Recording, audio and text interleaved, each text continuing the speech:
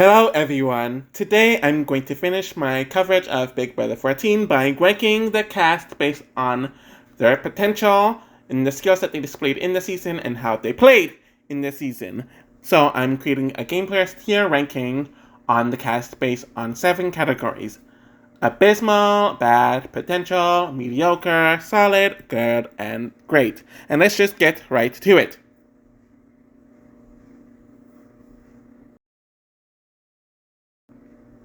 So the first person in this tier at 16th is Willie. I don't even need to say much about him. He was clearly a stunt casting gone wrong, as he ended up being the first HOH because he was told to be the first HOH, if I remember correctly, and handled it wrong. If you're going to make a promise to someone or make promises to people in general, you should do your very best to keep it, especially in the first week where everything was a clean slate. So he burned Frank several times, went to play Britney's game by doing the nominations she chose, and then went off to tell the newbies to not let the veterans play their game, which would be fine, but the way he did it was too much. He then mocked Will in a homophobic manner, tried to split the votes unnecessarily, and then caused a huge fight with Frank in front of the entire house, which made Frank look good, and caused them to flip on him. His poor strategy completely blew up in his face since he was so focused on the coaches and alienated people that he could have worked with. And outside of that, he didn't even care to get himself or attempt to get himself out of the bad position he put himself in, as he mentioned that he was going to leave before he got evicted and getting expelled due to getting physical with Joe. What made it worse is that the nominations hadn't even happened yet, and he still could have won the veto, and there might have been some chance for him to win or to save himself from being evicted, but he didn't even have the fortitude or the mental strength to do that. It's clear that he put the final nail in the coffin for the Hans family on CBS. So at 15th is JoJo. A part of me really did want to put her higher, since she was screwed over. Willie would have been nominated most likely against Shane, and she would have made it through the week. And even if she was nominated against Willie, I don't see her going home. With his expulsion before the nominations, it did make her more of a target, and she was initially a pawn against Shane, but then he won the veto, so she automatically went home. There were a lot of weird circumstances that caused her to go home as early as she did in that week, which is why I wanted to put her higher initially. At the same time, there are some things that caused me to put her lower than where I was planning on putting her. One, many people commented about how much they actively disliked her, even well after she was gone, so it to me showed that she had a very poor social game. She also did not get strategy, as she didn't know how to reassure people and kept on saying, I know, to people whenever game talk and campaigning was happening, so she was kind of useless in that regard. It was clear that she was a recruit during the Jersey Shore phase/era and didn't have much of an understanding of the game, and I think she has a really poor ceiling, despite her being screwed over. At 14th is Ashley. Yeah, there's really not much here. While she was a part of Janelle's team, they all did what Janelle wanted initially, but never took direct action herself, and then she, as well as the others, got annoyed with Janelle, and was more than fine getting rid of her when she was the only one looking after them. In general, she did not know what was going on in the house up until she left, or even way after she left, and was on the outs the entire season. There's a brief mention of her getting close to Frank to know what was going on with his HOH, but when you're doing that with a man who was nominated every other time he's not HOH, it's clear that he's out of the loop, and she's making herself even more out of the loop by associating with herself with him, and not having anyone else. Socially, while she wasn't actively disliked, I don't think she was very liked either. She and her entire team were seen as a bunch of useless floaters, and her ditziness wasn't seen as a positive by most of the cast. Apparently, she was friends with Jen, and obviously Will, while being somewhat distant with Joe, despite them being on the team together. Ian never included her in an alliance, and put her in harm's way by nominating her, and I don't know if Frank took her seriously as an ally, despite making out with her, and these were the 2 people she were in flirt matches with. So she threw away the few allies that she had, and was never in the power structure, but didn't even have the awareness or the social capital to make any sort of progress in the game. I also think she benefited from being on a nicer cast, where I could see her being treated pretty poorly if she was on different casts, like many other women in her archetype in their seasons. Her best case scenario is being carried around as a goat, but even then I don't think it would be a guarantee, due to her lack of bonds. I really can't find anything positive to say about her, other than not being threatening, and it really was like she was cast on the wrong show. The final person in this tier is Frank at 13th. I cannot believe that I came out worse on Frank as a player than I did, since I didn't think highly of him whatsoever as a player, but my opinion on him went lower after rewatching the season. In the beginning of the game, I didn't understand why people targeted him in my older rewatches, outside of being Boogie's best player, but it's clear that they targeted him because he isolated himself from the house and rubbed people the wrong way, in addition to being Boogie's closest person. What he needed to do was form his own bonds with people and to not be Boogie's willing soldier, but he just enabled Mike in trying to recreate Chilltown to the point where they were Chilltown 2.0, but without the charm or the social capital.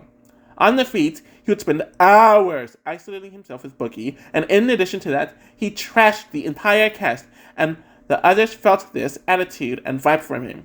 Socially, he was horrible due to his abrasive, antagonistic behavior, and while he benefited from going against Willie, who was more of those things as well, his own issues stood out more when Willie was gone. He never used his HOH to benefit himself or better position himself, since he always had this entitlement. Strategically, there was not much hope there. He essentially followed everything Boogie stated, and while he did try to make some alliances with people, he did a poor job at maintaining them, and made them feel like they are not important at all. His second HOH was one of the biggest chokes I've ever seen, since he targeted Will instead of sending Dan home, especially since he didn't trust his alliance, and he made his alliance extremely mistrustful of him, and he even told Dan that he was going to target him, which only made Frank's case worse in Dan's eyes. He got misted by the same person he was burned by beforehand, and took the same person off the block who he was targeting hours beforehand, and knew what he was capable of, while expecting Dan to be loyal.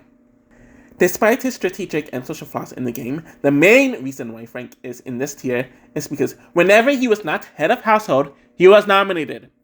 No one who made it past the first few weeks of a season had or has this record, and he made it to 7th place.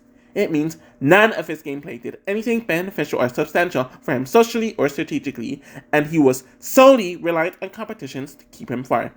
He needed to win the Week 2 HOH, made it through Week 4 due to being nominated beside Janelle, needed the Week 5 HOH, needed the Week 6 vetoes in the 2 rounds that took place in that week, and needed the Week 7 HOH. In addition to all of that, he was going to be a Week 3 boot, and the eviction was cancelled, where it was known that he was getting booted. There's really nothing good about his game here outside of the competitions, and almost everything that went wrong did go wrong, but some of it was due to him being led wrong by Boogie, and him being blindly loyal to everything Boogie said and did.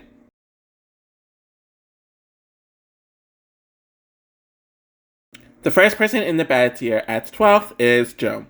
I just want to first mention that there were a few comments about him wanting to be a celebrity chef and using the food in the house to cook so he could self-promote, and while the statement may not seem important, it showed that the house guests did not respect him at all, so it immediately shut down his chances and him on this list. A lot of people mentioned that he talked way too much throughout the season, and while we didn't see a whole lot of it on the show, because they didn't put him on the edit much, the fact that people consistently made these comments showed that it was a consistent thing in the house. He also didn't really seem close with anyone in the house. His team were already on the outs compared to the others, since people saw them as poor floaters, but even Will and Ashley kept him at an arm's length, so they didn't trust him either. Joe was nominated a few times as a pawn, and then he ended up being pawned out of the house on Dan's HOH.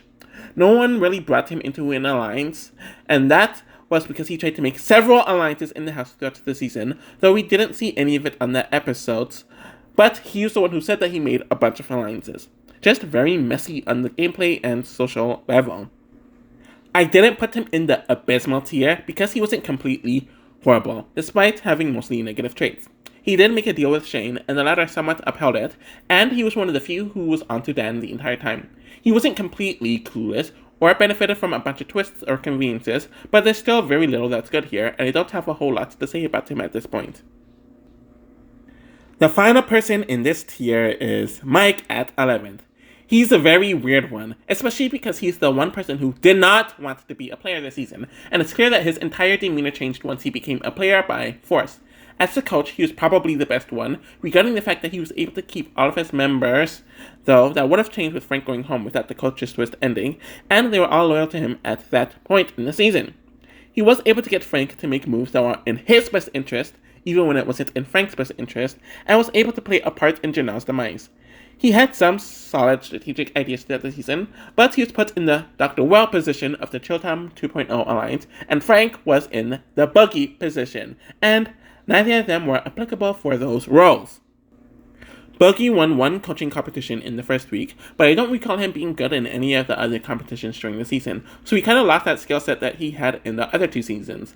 But luckily for him, he had Frank on his side, so he was winning all those competitions essentially for the most part, so he at least had that advantage. Socially, he kind of diverted back to his Big Brother 2 ways, or days, where he bonded with a few people like Frank and Jen, and somewhat Ian, and a lot of the others felt annoyed and irritated with him and disliked him throughout the season. And it's worse that he alienated himself with Frank, just like he did with Chilton 11 years prior. For someone who breaks out being so dishonest and one of the dirtiest players in Big Brother history, he always takes other people's words at face value. There is so much evidence that Dan, as well as some of the others in the Quack Pack, were disloyal, but he always overlooked it. And he was the main reason why the veterans didn't work together, which would have helped him a lot, and all of the veterans suffered due to it. I think this season just gives more evidence that Bookie on his own isn't a good player, and even though he would have stayed if Frank didn't win the veto, I just don't see him winning or lasting much longer, even if Frank went instead of him in that week. Just a bit too emotional, messy, and frat bro-y without a lot of the positives people in that archetype have for Big Brother.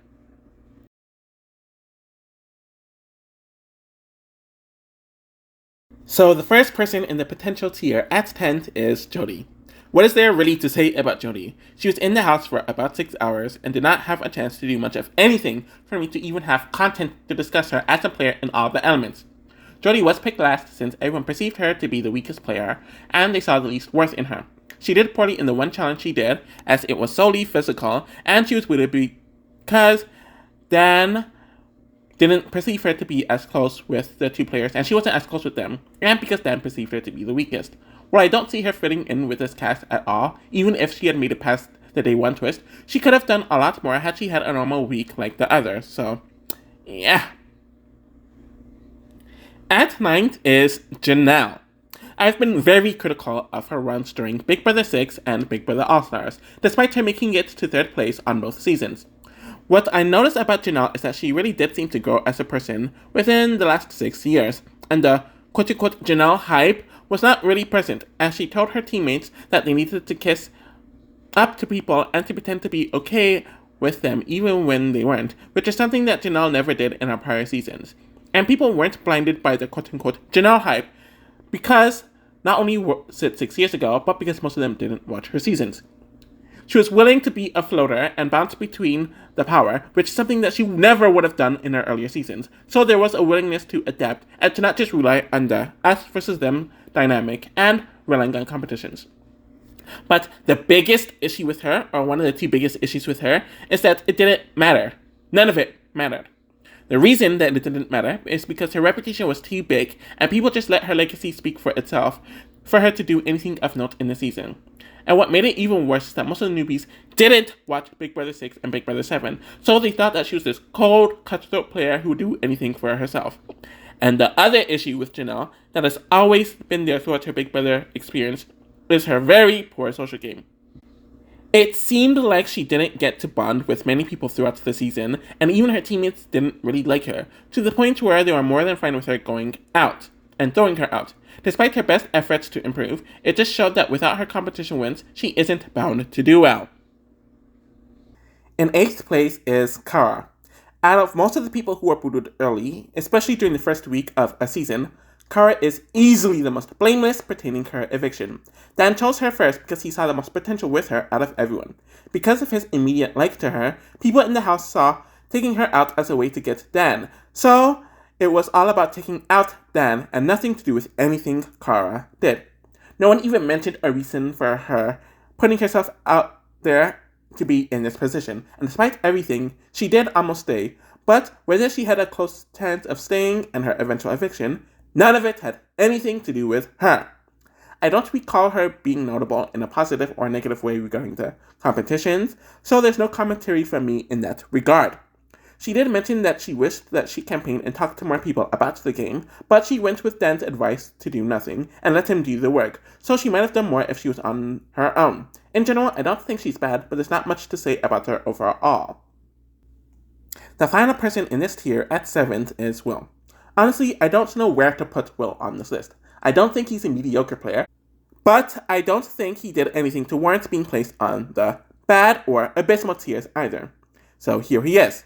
I don't recall him being notable in competitions in either direction, but people did assume him to be a really big threat. But I also think that is due to being compared to Ashley and Joe on his team. I will say that he had some pretty solid reads on a lot of people, especially in the diary room, where he saw through the veterans, Frank, and a few others for what they were doing.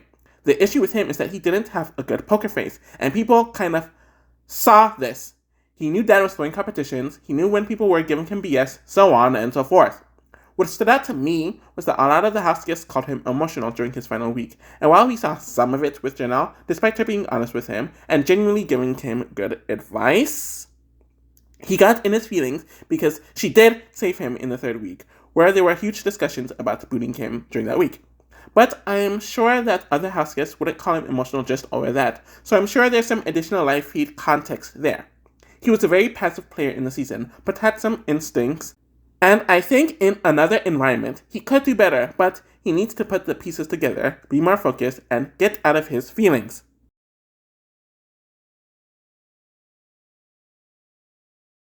So there's only one person in this tier, and at 6th is Jen. I am very shocked that Jen is this high on the list, despite her making it to 5th place on the actual season overall. There really isn't much to say about her during the first half of the season, but I guess that's because she was actually playing a relatively solid under-the-radar game. She was associated with Boogie and Frank, obviously, because she was on their team, but she wasn't close with them like that, and she was apparently close to Janelle's team as well, though they didn't focus on it during the edit, and no one was talking about targeting her, unlike the other supposedly under-the-radar people on the season. We really don't know much about her set strategy at this point of the season, though we do know that she was essentially the expendable one out of everyone on the team. Ultimately, things changed for herself once Mike Boogie was evicted, and it kind of forced people like Frank to get closer to her, but she was still on the outside of the power structure in the house, and attaching herself to Frank didn't really help her case. Of course, she made the move to veto Dan, though she was coached into doing it, and people don't see it as her move. It did get her closer to Dan for the next few weeks, and I don't think he was actively targeting her, so I guess it was a decent move on her part there. For some reason, people saw her as a good floater compared to the likes of a Joe, who didn't have much respect, which is why she is here, and apparently she had a solid social game in the house. I can't put her any higher because I don't know how intentional a lot of her moves are, and it didn't seem like she was trying to do what she needed to do to make herself win, and she was fine working with a lot of the players that had more respect than she did. She was always expendable to everyone she was aligned with, and I don't think she was strategically able to keep up with the cast, or to position herself well to make, or to have enough agency for herself, but she didn't make a lot of mistakes in comparison.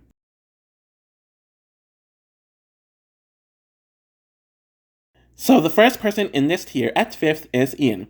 He is someone that I heavily struggled with while watching the season, since there was always a belief that he shouldn't have won the season, and I had to ignore his All-Stars appearance, deterring him, while focusing on the season. But when you look at his gameplay from the beginning, it was very flawed. He was rubbing people the wrong way very early on, and there was talk of nominating him, where Boogie saved him with immunity. Just from that, I bumped him down a bit, but he was in a solid position with the Boogie side of the house, and people started forgetting about him due to all the drama with the other house guests. He did make relationships with people in what would become the Quack Pack side of the house, or that side of the house, which is good, but he thought he created the alliance and didn't realize he was the fifth wheel. Instead of completely turning on Frank and Boogie, I think he should have been a floater and worked both sides to target the others for him as the season went on, but he never did this. After making the move to turn on Boogie, which is a good move to make, but it was done too soon, I put him on Frank, and to a lesser extent, Jen's radar, and he was in trouble to go home before he found the veto ball, which prevented him from being 8th place. After all of that, he was essentially targeted by his entire alliance for the rest of the season, essentially, which he didn't even know about, but kept on winning competitions throughout the last third of the season to protect himself. It's good that he was able to win those competitions, and ended up going against someone that the jury hated, but the self-awareness was really lacking. I think he is someone who does well when he is playing under the radar and making some relationships with people to put himself in a decent position, which is good. But he started actively ruining his position and didn't even realize how not only better positioned he could have been, but he was insistent on keeping the Quack Pack together, even if they were harder to beat. He is someone whose social game takes a while to start to form, and in some seasons that will be too late, while in others it won't be. Knowing the show is also a benefit, and always a benefit, and he knows how to use his strengths to his advantages really well, and he knows how to make a point. Despite that, I think he is too messy as a player still for me to put any higher. At fourth is Danielle. She is someone that is all over the place to me, in my opinion, and I don't have a whole lot of secure thoughts on how I feel about her as a player, and where I should rank her. She was lucky to get paired up with Dan, who coached her pretty well, and despite losing her entire team within the first week, she laid low when she was nominated against JoJo. At the same time, I think a lot of her positionality ended up being due to her being attached to Dan, as he and Brittany were brought into an alliance with herself and Shane and ended up dominating the season. I don't know if she would have been put in this position without Dan being present, especially because a lot of the Huskies did not like her during the season. So after the foursome is made, the Quack Pack is made, and after winning the HOH to take out Janelle, and somewhat siding with Frank and Buggy, she was brought into the Silent Six because of her attachment to Dan, since they hated her and didn't want to deal with her in general, but they knew she was a number for Dan. Taking out Janelle was fine for her, but her reasoning showed that she made a personal move and was kind of delusional with how she saw things. For the rest of the season, she just stuck with her alliance and won a few more competitions, but got gypped by Dan, who convinced her to use the veto on him, and he sent not only her showmance, but her guaranteed ticket to the final two home. Danielle is good at competitions and was decently positioned, but I still don't really know about how she would do on her own. Strategically, she is kind of all over the place, and socially, she was not really good. She told a bunch of unnecessary lies, and despite all of that, she had decent winner's equity. Honestly, I don't see her doing very well if she were on many seasons, and I'm debating whether I should keep her in this tier or not. But she was never in actual danger, unlike some of the others in the season, but kept on persisting in the house, and she was one of the few newbies in the season who could somewhat keep up with the veterans, and her gameplay wasn't as sloppy or contrived as Frank's and, to a lesser extent, Ian's. So the final person in this tier at third is Shane. Entering this rewatch, I was expecting to put Shane in the good tier, since he has a lot of the traits to consistently do well in Big Brother. He has a pretty good social game, is a great competitor, is seen as relatively harmless, and has the ability to grow strategically, or to play a simplistic strategic game. Then I rewatched the season, and it lowered my opinion on him as a player. While a lot of the traits I mentioned are still present, Shane is almost always led to do something by someone else, and people in the house notice that, which isn't a good thing. For someone who had so many opportunities to have his own agency in the season, he always did what Brittany or Dan told him to do, even if his gut told him otherwise, and I really think that's a bad trait to have. Like I mentioned earlier, he is great at competitions, and he won a lot of them throughout the season, and shockingly wasn't heavily targeted due to them, especially compared to Frank. But at the same time, it shows the difference between the two of them socially, since he was aligned with the strongest players in the house. Joe got to work with him at the end of the season, and he was really compatible with Brittany, causing them to work with the other powerful people in the season. And socially, it did seem like the house liked him, even though some of them thought that he wasn't the smartest person in the house. At the same time, he needed to win the veto in week 2, or else he would have been an early boot, though it was because Woody got kicked off, and he needed to win the veto at the final 5. And then there was the move in the final 4, where he agreed to let Danielle veto Dan to put him on the block. Like, it was not only unnecessary, but why would Dan, someone who already has a shady reputation for all the crap he's done in the season, want to keep the showmans together for the final 3, especially if one of them had the highest chance of winning the season? There are moments where he was starting to think individually, but would kind of cave and compare it to other people with his archetype and skill set that I've discussed beforehand. That he doesn't have the willpower like they did, so here he is.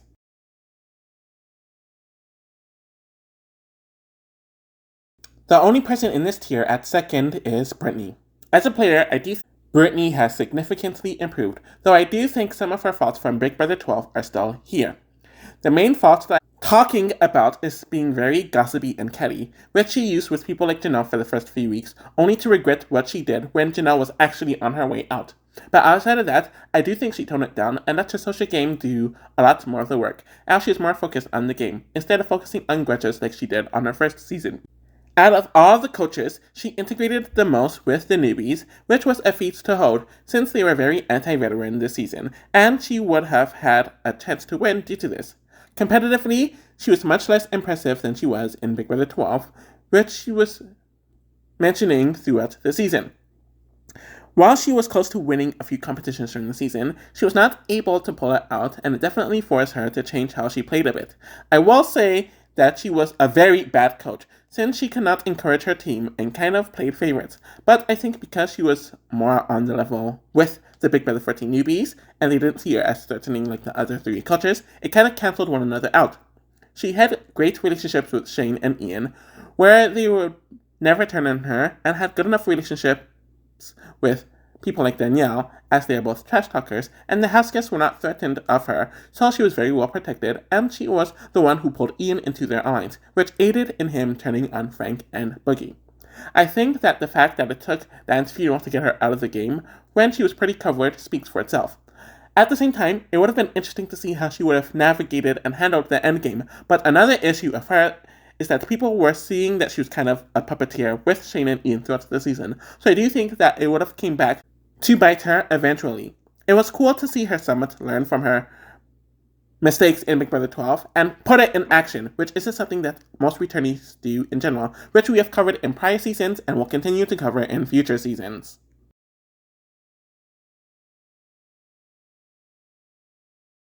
So obviously the only person in this tier and the first place of the season goes to Dan.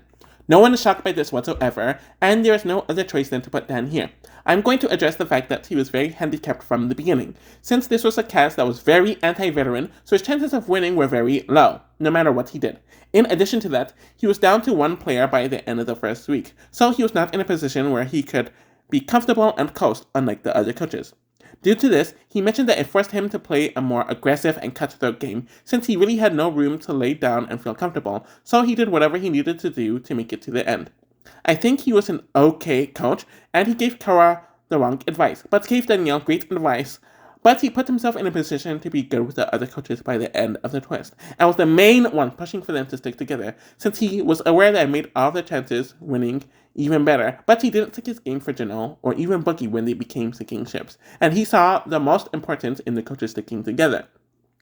He was a part of the Quack Pack and the Silent Six, so he was in a lot of power throughout the season and was in a power position, and he was very loyal to them, especially the former alliance. But covering for Ian and making the mistake of telling Boogie about Frank going home caused the distrust to start happening for him around the midpoint. It caused for Frank to target him in the final 8, and he was going home until he came up with Dan's funeral, and while I do think it was a flashy for a TV moment, selling out the Quack Pack to Frank was a good move, and using his flexibility to get in good with Frank and Jen to save him was also good. And then there was the move of him slitting Shane's throat in the final 4 and convincing Danielle to take him off the block, since it guaranteed him to be in the final 2, where he would have been third had Shane won the final HOH. Dan made a lot of good moves when he became an individual player and always thought a few steps ahead, whereas some of the others didn't do that in the season. He played a lot more cutthroat, aggressive gameplay than he did in BB10, but he also kept a lot of the basics from his first season by throwing the early competitions to appear weaker, though he didn't end up winning many competitions in this season, unlike BB10. His gameplay this season caused him to be a lot more cold, which many of the house guests picked up on throughout the season.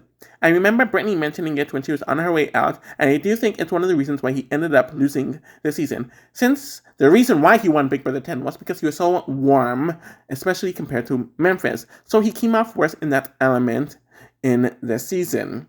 And something about the way he interacted with some of the people and how he manipulated kind of just was gross. Despite that, Dan still pulled off one of the strongest performances in a single BB season, hence him being here.